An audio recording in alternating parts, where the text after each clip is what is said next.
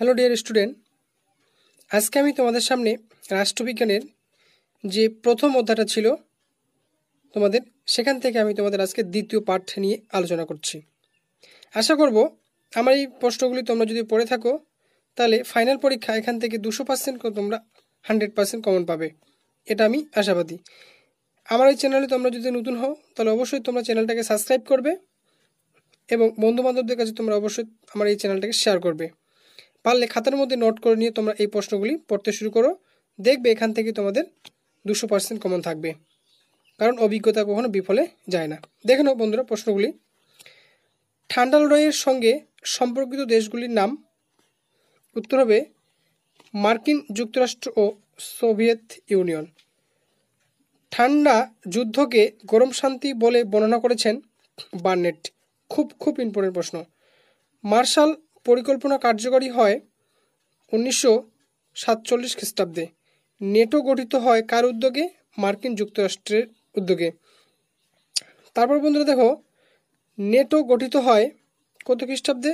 1949 খ্রিস্টাব্দে 4 এপ্রিল। খুব ইম্পর্টেন্ট প্রশ্ন। একমেরু কেন্দ্রিক বিশ্বের প্রধান দেশ হলো আমেরিকা। জোট নিরপেক্ষ আন্দোলন একটি অপরিহার্য নীতি হলো হস্তক্ষেপ না করা। খুব ইম্পর্টেন্ট প্রশ্ন। ঠান্ডা যুদ্ধে গৃহীত যে কোনো দুটি পদ্ধতির নাম হলো প্রক্সি ওয়ার ও কূটনীতি। খুব ইম্পর্টেন্ট প্রশ্ন। তারপরে প্রশ্নগুলো দেখে নেব বন্ধুরা, আমি আর পড়ছি না, কারণ পড়লে অনেকটাই লম্বা হয়ে যাচ্ছে ভিডিওটা। নেটোর পুরো নাম। খুব ইম্পর্টেন্ট প্রশ্ন। ডি নম্বরটি হবে সুয়েজ সংকট কবে দেখা দেয়? 1956 খ্রিস্টাব্দে। খুব ইম্পর্টেন্ট প্রশ্ন। দেতাত বলতে কি বোঝায়? তারপরে প্রশ্ন দেখা দাও, সেল্ট এর পুরো নাম কি? খুব ইম্পর্টেন্ট প্রশ্ন। এখানে তোমাদের সঠিক উত্তরটি হবে সি নম্বরটি। তারপরে দেখানো গ্লাস নষ্ট হলো। খুব ইম্পর্টেন্ট প্রশ্ন। নেম জোট নিরপেক্ষ আন্দোলনের প্রধান লক্ষ্য কি? প্রত্যেকটা প্রশ্নই তোমাদের এখান থেকে ইম্পর্টেন্ট রয়েছে, তোমরা দেখে নাও। তোমরা খাতার মধ্যে অবশ্যই তোমরা নোট করে নিয়ে পড়তে শুরু করবে, কারণ বন্ধুরা পড়লে ভিডিওটা অনেকটি লম্বা হয়ে যাচ্ছে, সেই জন্য আমি আর পড়তেছি না। তোমরা অবশ্যই খাতার মধ্যে লিখে নিয়ে তোমরা পড়তে শুরু করবে, দেখবে প্রত্যেকটি প্রশ্নই তোমাদের এখান থেকে 200% কমন থাকবে। প্রশ্নগুলো দেখো, সোভিয়েত ইউনিয়নের পতনের সঙ্গে দ্বিমেরু কেন্দ্রিকতার অবসান ঘটে 1991 খ্রিস্টাব্দে। তারপরে প্রশ্নগুলো দেখো, মতাদর্শগত বিরোধ যার মূল্যগত কারণ ঠান্ডা লড়াইয়ের। খুব ইম্পর্টেন্ট প্রশ্ন। প্রথম পরমাণু বোমা আক্রান্ত দেশটির নাম হলো জাপান। ঠান্ডা যুদ্ধ বলতে বোঝায়। আমি আর পড়ছি না বন্ধুরা, দেখে নাও, তোমরা পড়ে নিবে এবং খাতার মধ্যে নোট করে নিয়ে খুব সুন্দর করে, কারণ পড়লে অনেকটি লম্বা হয়ে যাচ্ছে। লৌহ যৌবনিকা তত্ত্বটি উত্থাপক WTO এর পুরো নাম বা প্রতিষ্ঠিত হয়। খুব ইম্পর্টেন্ট প্রত্যেকটা প্রশ্নই। এশিয়ার একটি সামরিক জোটের নাম সিয়াটো। দ্বিতীয় বিশ্বযুদ্ধে শুরু হয় কবে? এত খ্রিস্টাব্দে। তোমরা দেখে নাও, প্রত্যেকটি প্রশ্নই খুব ইম্পর্টেন্ট রয়েছে, এখান থেকে তোমরা নোট করে নিয়ে পড়বে।